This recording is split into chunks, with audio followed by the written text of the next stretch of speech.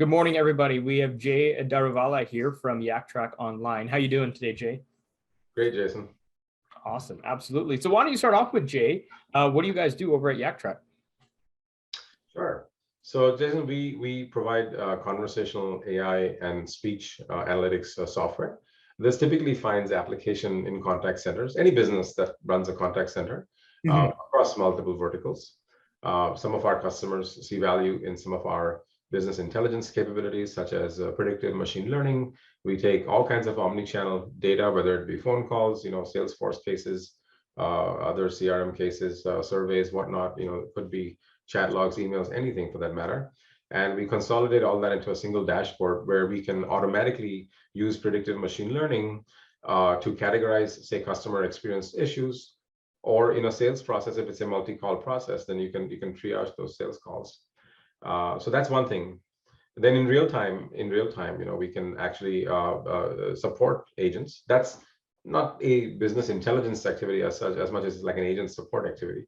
So we got a supervisor heat map where the supervisor, if there are, say, hundreds of calls concurrently going on, but our heat maps, based on certain criteria, will stack rank those phone calls and will bubble up the problem calls at the top. And then the supervisor can barge in through a Slack channel. They can see something's not right, and they can see the transcript in real time, whatnot, and then they can support the agent in real time using a Slack channel. And then again, you have an automated version of that called the Agent Assist Bot. Say, for example, if you need to expand this kind of supervisor support type capability and you don't have that many supervisors, you can use a bot instead. And finally, we also provide our software for contact center quality management. Historically, they just listen randomly to 1 or 2 calls out of 100. That was okay to use a statistical approach before the advent of software like this, whereas this machine of ours is a robot that can listen to all of the calls, right? Yeah. It does not replace the subtlety and the nuance of human intelligence. That sense that you and I get by listening to a phone call, that fine-tuned understanding of what just happened here, that's not what we're asking the machine to do. What we're asking the machine to do is that since the human the quality managers can only listen to 1 or 2 out of 100 calls, we are like their radar system, and we can help them to find the most high target, most high value calls that they should be listening to, either on a positive or a negative basis, right? So that, in a nutshell, is what we do. Wow, that's phenomenal. It's a pretty wide variety of things you do through your services there. And how long have you actually been working in this field? We're a 12-year-old company. So yeah. Having said that, the phone call part of our business is relatively new. In the sense that, we've been at it for several years. By relatively new, we began life in a very different way. We began with the idea, the technology hasn't changed. We've been using, speech-based AI for 12 years. Initially, we were applying it to media data and using a variety of advertising-related models, which we've subsequently, long since pivoted away from that kind of stuff. Okay. We still occasionally get the occasional partner who wants to discuss that subject with us, and technologically, we're capable of it. But what we found is that unlike video, unlike a YouTube video, even a UGC video that represents some sort of mid-range data, whereas you want the low-end data, the vast high-volume low-end data, the phone calls. Just imagine, right? A phone call in a call center, you don't even have time to tag it. At least a YouTube video, when you upload it, you at least provide 10 or 20 tags or whatever it is. Now that video becomes searchable, discoverable. So we, that's our focus. Yeah. That's phenomenal. Wow, it's a long time working in that sector for sure. Yeah. What would you say is the general range or types of clientele that you guys will deal with on a day-to-day basis? It depends on the geography.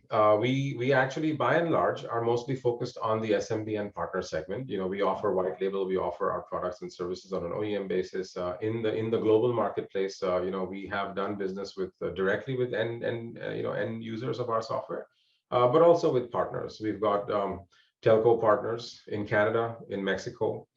We've also got actual end user, customers, say, for example, in the US and so on.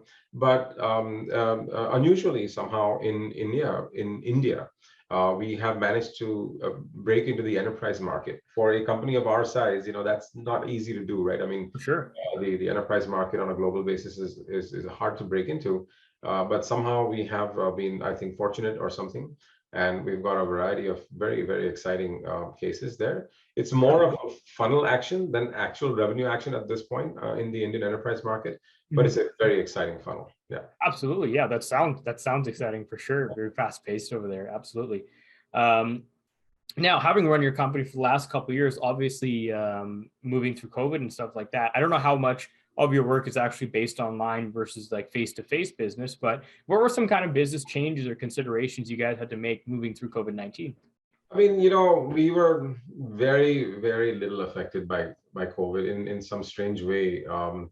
With the shifting of budgets, away from other more traditional expenditures like going to events and spending on air travel and hotels and whatnot, I think people started spending more money on IT, and that was kind of obvious in the whole computer industry's performance.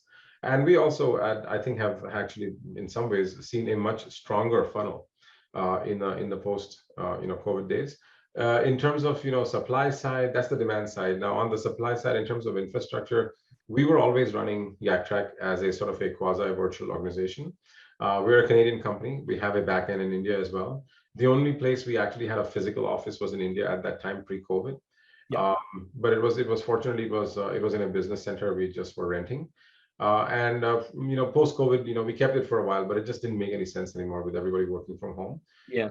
And since then we've basically completely abandoned even that idea. So now even our India team actually completely remote, completely working from home. In some cases, it's given some of our best engineers, these days in a place like India, even in the relatively less urbanized parts of India, connectivity has become excellent. Yeah. And as a result of that, you have these brilliant, talented engineers who may want to go and live with their families and go back to other more rural environments, but the connectivity is fantastic. So we're not even noticing the difference at all. Absolutely, yeah. We work quite closely with a lot of digital marketing and digital development companies, and there were quite a few of them that actually made that full transition to getting rid of their office and allowing everybody to work remotely because they found that productivity was the same or better even. And obviously, if you can incur less costs, it's more flexible for the team members. Everybody kind of wins. Why not do it? So absolutely, no, that's phenomenal. And then I guess with moving through the pandemic and stuff like that, were there any changes to your business that just became more of an everyday thing that the pandemic allowed, like maybe doing more virtual meetings or something to that effect, or has it been pretty much business as usual since we've started to kind of open up again? I mean,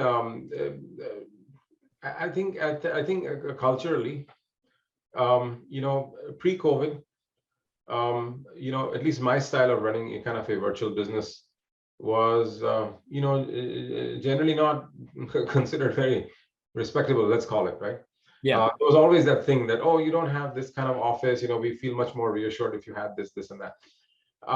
Now, I mean, that's no longer a thing. Like nobody even goes there. Nobody's even talking about that anymore. And I think that might be a permanent change, that the idea of a virtual organization is now become a perfectly normal, respectable affair. As long as you get stuff done. And then at a more softer level, I did notice that, I think pre-COVID, even though we had all these kinds of tools like Zoom and whatever, but the going on camera, going on video was, I felt, still culturally not a thing. Yeah. People got on these calls, they kept their cameras off and they talked just like it was a conference call. Oftentimes you use the screen share, of course, but cameras were like, maybe. Some people liked it and did it, but I think it was the minority. Today, it's completely gone in the opposite direction. Today, the majority of people, the first thing they do is they get on video. Yeah, absolutely. It's funny you mentioned that because we even see that now the transition is apparent. Social media, even everything is changing right over to video. So absolutely great observation. I remember one of the great pioneers of the internet, Carl Malamud, in an IEEE Spectrum magazine article decades ago, talking about a vision statement as a video dial tone. This is, we're talking about the 1990s, mind you. Well, it didn't quite turn out that way, right? There is no dial tone concept when you get on a Google Zoom call. It's not like the old days where, because even a great visionary like that could not actually imagine our world. Yeah. And so it's not quite a dial tone, so it's more of a preset meeting. But it's I think the equivalent of what would have been visualized as a video dial tone. I think we pretty much had it. For sure. We're even seeing things like some of the companies we work with, and I've worked with personally. I do a lot of marketing outside of the company here. And some companies are even going as far as doing cold reach out and cold lead generation funnels using videos, like directed videos at, prospective clients and different situations like that. So absolutely, it's been a big transition for sure. It makes a lot of sense. I think it would make a lot of sense for many businesses, maybe not all, but I mean, certain contact centers could also transition to this way of working, right? There's a certain intimacy about the video that you don't get over a phone call, for example. True, Yeah. true, absolutely. And Jay, what would you say, because you've been a business owner for a number of years now, what would you say is one of the biggest learning lessons that you've had, or biggest learnings since you've been a business owner?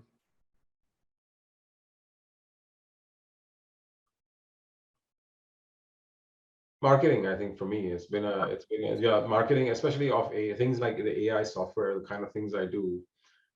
It's challenging. It's a difficult thing to sort of sell, AI software. Absolutely. These are relatively new things, getting that adopted in the marketplace. Yeah. So I suppose maybe I sort of underestimated, perhaps when I started this company, I might have underestimated. I come to this more as an engineer, more as a product person, more as, and so on. So I think from my perspective, I think maybe I underestimated the marketing challenges. Yeah. Yeah, for sure. That's very common with a lot of business owners that we work with too, right? Because I mean, you're like you said, you come from the engineering background. You see the value in your product and what it can do, right? And when we're on a conversation, sometimes we assume other people are going to see that value as well. But there's a marketing side of it, there's a sales side of it. Make sure all those pieces line up. You're speaking a language that they understand, so that they can get it as well. Absolutely, that's a great lesson for sure, for sure. Jay, now say somebody's looking for your services, they want to get involved with AI and speech software and different things like that. What's the best ways for people to get in touch with you guys and your company? Our website, yactraq.com. So that's yactraq.com. I'll give it to you phonetically. That's Yankee, Alpha, Charlie, Tango, Romeo, Alpha, Quebec. Yactraq.